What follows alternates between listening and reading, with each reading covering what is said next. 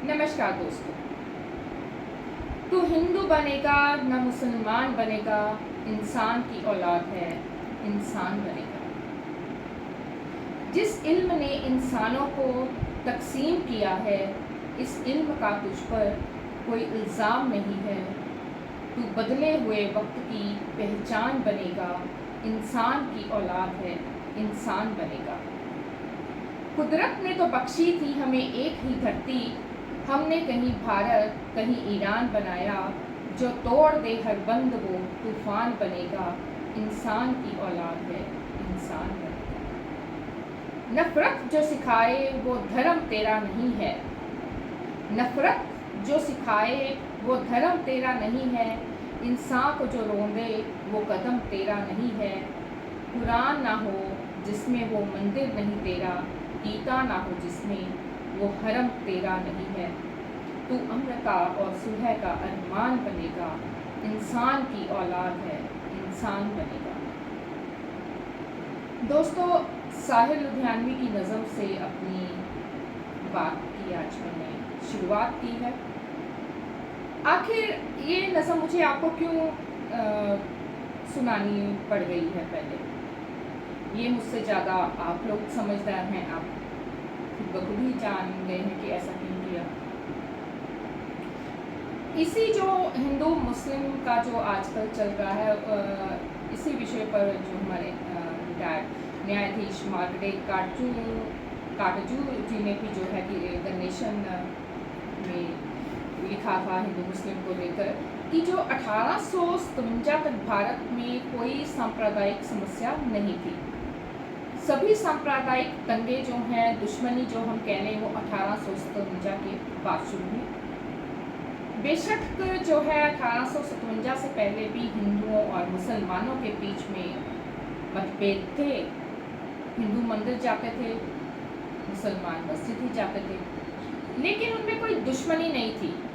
वास्तव में जो हिंदू और मुसलमान देखा जाए तो एक दूसरे की मदद करते थे, आज भी करते हैं। ऐसा नहीं है कि हम कहते कि आज भी बिल्कुल नहीं करते, पर तब जो बहुत ज़्यादा करते थे। हिंदू ईद के जश्न में शामिल होते थे, आज भी होते हैं। मुसलमान होली और दिवाली में, मुग़ल अवध जो है और उसके बाद नवाब। तो अगर हम टीपू सुल्तान की भी बात करें तो ये काफ़ी जो मुस्लिम शासक जो हैं वो पूरी तरह से धर्मनिरपेक्ष थे। उन्होंने रामलीलाओं का आयोजन किया, होली दिवाली सभी त्योहारों में उन्होंने भाग लिया। मुंशी शिव नारायण हरगोपाल तोहफा थे। उनके जो हिंदू मित्रों को गालिब द्वारा लिखे गए पत्रों से उस समय में पता चलता है कि उनके बीच में कितना प्रेम प्यार था। 1857 में जो महान विद्रोह हुआ, उसमें हिंदुओं और मुसलमानों ने मिलकर अंग्रेज़ों के खिलाफ लड़ाई लड़ी थी। इससे ब्रिटिश सरकार को इतना झटका लगा था कि विद्रोह को दबाने के लिए उन्होंने फूट डालो और राज करो की नीति शुरू की थी। तो जैसा कि कहा है कि भारत में जो सांप्रदायिक दंगे हैं ये 1857 के बाद असल में शुरू हुए। ब्रिटिश अधिकारियों ने जो है सिक्योरिटी रूप से अंजाम दिया। ब्रिटिश कलेक्टर जो है वो गुप्त रूप से हिंदू पंडित को बुलाता था, उसे पैसे देता था मुसलमानों के खिलाफ बोलने के लिए। इसी तरह से वह गुप्त रूप से जो है वो मौलवी को बुलाता था, उसे पैसे देता था और उसे हिंदुओं के खिलाफ बोलने के लिए कहता था। तो ये सांप्रदायिक जहर साल दर साल और दशक दर दशक जो है हमारी राजनीति में डाला गया है। कैसे डाला गया है ये भी एक बात तब रही होगी कि उन्होंने ये तो बोला ही है कि दोनों को बुलाकर उन्होंने कैसे ये डालते थे। अगर आप में से सभी ने टीपू सुल्तान सीरियल देखा होगा, दूरदर्शन पर आता था, उसके बाद अब हिस्ट्री चैनल पर भी दिखाया गया था, काफ़ी जगह पर है। तो उसमें एक कैरेक्टर है जनरल मैथ्यू का, उसमें उनका एक डायलॉग भी है। इस पे उन्हें दिखाया भी है कि कैसे वो आपस में हिंदू और मुस्लिम्स को लड़वा रहे हैं। तो जब वो आपस में ही दो अंग्रेज़ बात करते हैं तो उनका एक डायलॉग है कि भारतीयों को आपस में लड़वाओ, हिंदू मुस्लिमों को तो लड़ाना ही है, और यहाँ पर हमें हिंदू को हिंदू से भी लड़वाना है। ये जो जात पात का कीड़ा उनमें है उसे पूरी तरह से बाहर निकालना है। ये बात बहुत ध्यान देने वाली है यहाँ जो मतलब संवाद उनका है। और उन जनरल के मुझसे एक ये जो एक डायलॉग और है, ये ऐसा ही हुआ होगा मुझे लगता है, और वो तभी हम उस हिसाब से आगे चलते हैं कि उन्होंने कहा कि जो ये नफरत का बीज हम आज बोएंगे, हो सकता है कि अभी काम ना आए, ये जब हम भारत छोड़कर चले जाएंगे तब शायद ये बीज जो है वो पेड़ बने। हो सकता है इसमें 50 साल लगे, हो सकता है 100 साल लगे, पर ऐसा होगा। ये भारत के लोग आपस में ही धर्म के नाम पर, जात पात के नाम पर लड़ेंगे और हमारे देश के लोग तमाशा देखेंगे। और आज का जो ये माहौल चल रहा है, मुझे ऐसे लगता है कि जैसे मैंने तो, क्योंकि ये जो डायलॉग उठाया है, ये जो लाइन है वो डायलॉग की उठाई है, वो सीरियल से आपको बताई है। क्योंकि मेरे दिमाग में ये जब मैंने बचपन में भी देखा था तो थी कि ऐसा लग रहा है कि ऐसा ही चल रहा है सच में। तब का उनका जो ये बीज बोया हुआ था वो आज तक चल रहा है। और टीपू सुल्तान जो सीरियल बना था, ये भगवान गिडवानी के नावल पर बना था। ये भी मैं जानबूझकर बता रही हूँ आकर कि भगवान गिडवानी के नावल पर जो है वो टीपू सुल्तान की उन्होंने एक नावल लिखा था, टीपू सुल्तान की तलवार, उस पर बनाया था। और स्क्रिप्ट भी जो है उन्होंने खुद ही लिखी थी। तो यहाँ है कि सीरियल, ये जो सीरियल था टीपू सुल्तान, मेरे दिमाग में अभी मतलब ये एक बात भी आ रही है, क्या ये आज ये सीरियल बन पाता? चाहे अंग्रेज़ों के खिलाफ, अंग्रेज़ों को भारत से निकालने के लिए टीपू सुल्तान ने सारी उम्र लड़ाई लड़ी, पर मुझे नहीं लगता कि ये आज सीरियल बन पाता। और अगर आपने पिछले कुछ सालों पहले सभी की खबरों पर नज़र तो रहती ही है, तो आपको याद होगा कि हिंदुत्व का जो ठेका लिए हुए लोगों ने इनका टीपू सुल्तान का स्मारक भी तोड़ा था, बल्कि कहा जाए कि उन्होंने अवैध बताकर उसको तोड़ दिया था। चलो उसे तोड़ दिया सो तोड़ दिया, पर जो माहौल चल रहा है देश का, उसमें तो महात्मा गांधी के जो साबरमती आश्रम को ही तोड़ दिया गया हो, जहाँ तो वहाँ क्या बात करनी रह जाती है कि किसका क्या चीज़ तोड़ रहे हैं। आजकल बुलडोजर के नाम से तो कहीं भी कुछ भी चलता है वाला काम चला रहे हैं। तो यहाँ पर ऐसे में कोई उम्मीद भी क्या की जा सकती है। अब जब हाल ही के वर्षों में हम हिंदुत्व विचारधारा से देख रहे हैं कि प्रेरित होकर कितनी हिंसा में बढ़ोतरी होती जा रही है, धीरे धीरे होती जा रही है, हमें पता भी नहीं चल रहा कि ये जो जहर है हम लोगों के अंदर कैसे ये बढ़ रहा है, फैल रहा है। इसको फिर समझने के लिए मुझे वो जनरल मैथ्यू की बात जो है वो डायलॉग दिमाग में घूमने लग जाती है। कैसा ये माहौल चल रहा है।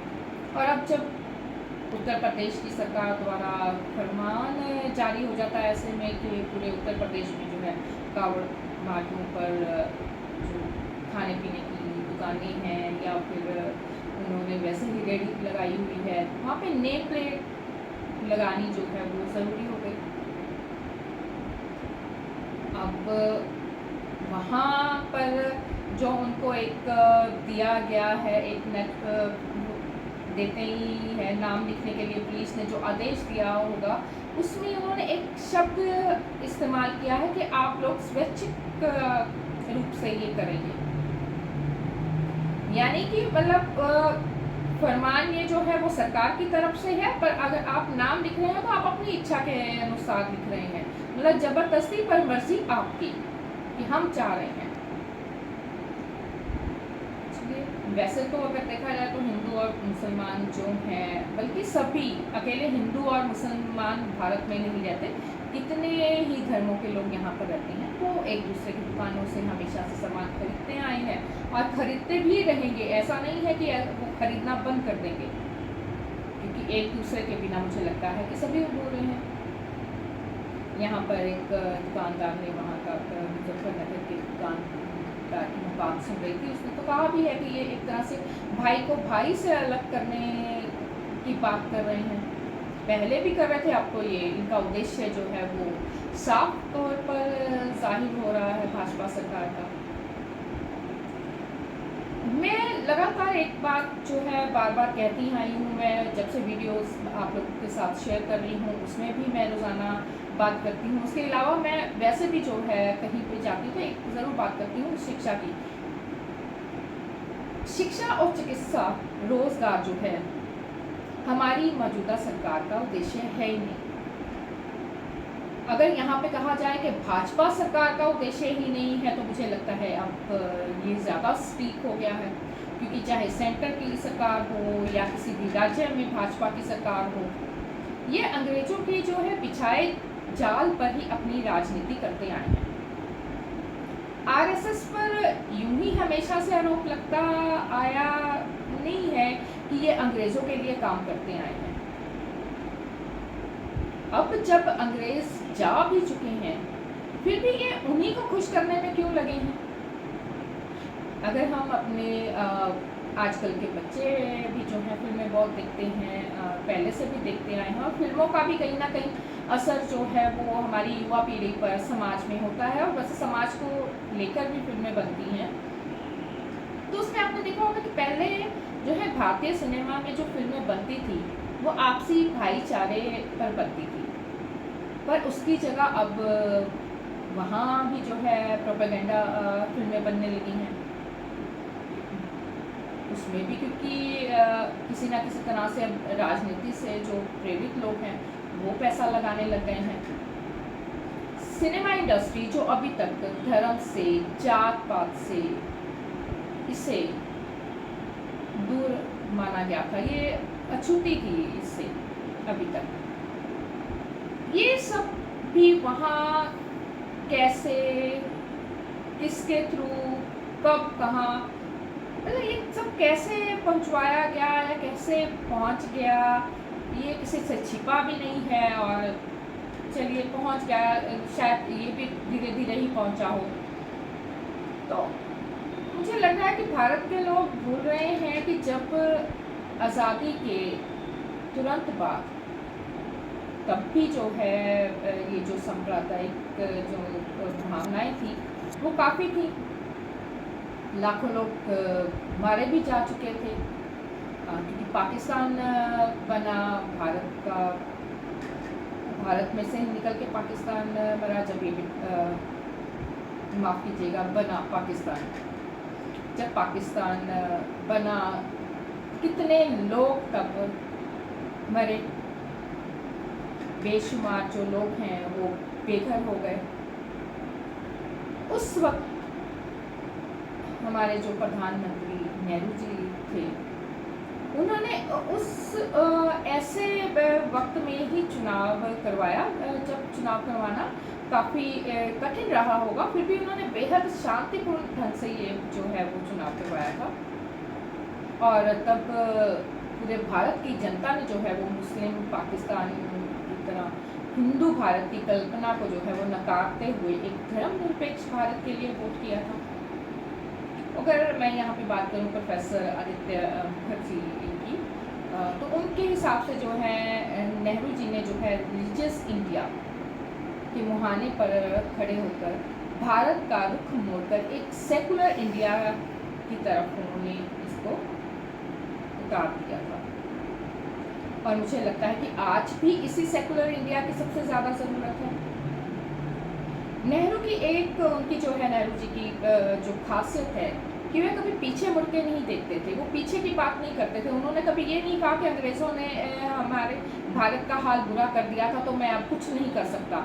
उनको पता था कि मेरे हाथ में अब ये सारी पूरे भारत की जिम्मेदारी अगर आई है तो मुझे इसको कैसे निभाना है, कैसे नया भारत बनाना है। तो आज़ादी के बाद जब उन्होंने शासनकाल उनके पास आया तो उन्होंने 15 सालों में ही जो है देश में 4% का जो है ग्रोथ रेट कर दिया था। जो उस समय दुनिया में, पूरी दुनिया में सबसे अच्छा ग्रोथ रेट माना गया था। सभी पूरे विश्व के जो देश हैं उन्होंने इस बात के लिए नेहरू जी की बहुत तारीफ की थी। इसलिए नेहरू जी की राजनीति जो है, उनकी रणनीति थी, वो आज भी हमारे लिए एक जो है वो बहुत अच्छी उदाहरण है। आज जबकि हमारे पास सब कुछ है, फिर भी हम जो है वो किस तरह की बातें कर रहे हैं, बल्कि 6-7% ग्रोथ रेट के लिए भी हमें इतना जोर लगाना पड़ता है। इसके पीछे कारण क्या है? क्या ये आज की गंदी राजनीति? तो आज की जो गंदी राजनीति से हमारा जो लोकतांत्रिक भारत है वो सच में बहुत पीड़ित है। तो यहाँ अगर मैंने नेहरू जी की बात की है तो मैं यहाँ तो कांग्रेस की बात तो आएगी।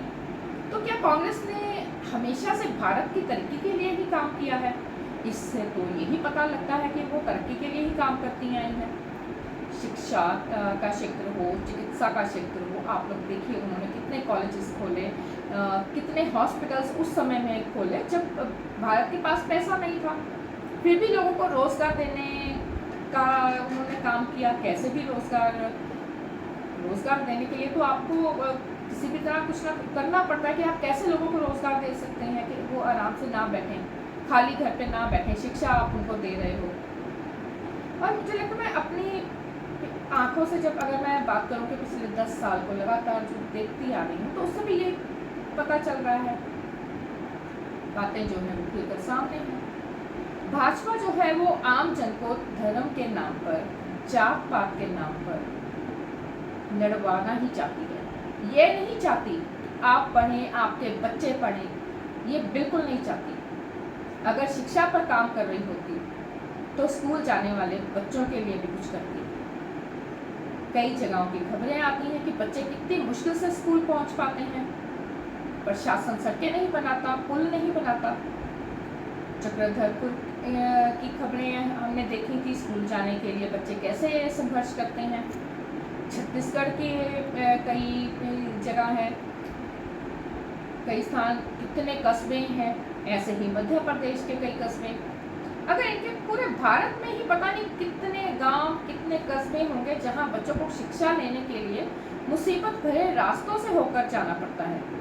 पर सरकार को चूंकि शिक्षा से कोई लेना देना नहीं है, इसलिए वो पढ़ने वाले बच्चों को इन मुसीबतों का सामना करने के लिए वो सरकार क्या करे, वो सरकार के रहते उनको मुसीबतों का सामना करना पड़ेगा, क्योंकि सरकार ने शिक्षा के लिए कोई काम करना नहीं है। तो हालत जो भारत की अब ये हो गई है कि अगर आपको पढ़ाई करनी है तो उसके लिए आपको बहुत ज़्यादा कठिनाइयाँ आपके सामने आ रही हैं।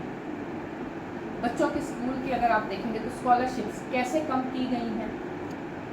उस भारत में जहाँ पर कि भाजपा की ही सरकार में, जब वाजपेयी जी की सरकार थी, उन्होंने तो, मैं तो पिछली एक बात करती आई हूँ कि उन्होंने फिर भी शिक्षा के लिए कुछ काम किया था, उनके अलावा कोई काम नहीं कर रहा। आखिर ऐसा क्यों? आखिर कारण क्या है कि ये आपको शिक्षा से दूर रख रही है? शिक्षा से दूर रखने का कारण ही ये है कि अगर आप पढ़ जाएंगे तो आप सवाल करेंगे, आप रोजगार मांगेंगे, फिर आपको जो आपका बहुत निजी जो होता है, धर्म जो है ये हमारा निजी मामला होता है।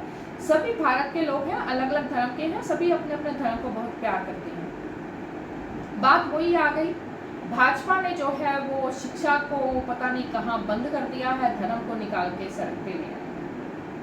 ये जो भारत के लिए अच्छी बात नहीं है, बिल्कुल भी अच्छी बात नहीं। नमस्कार।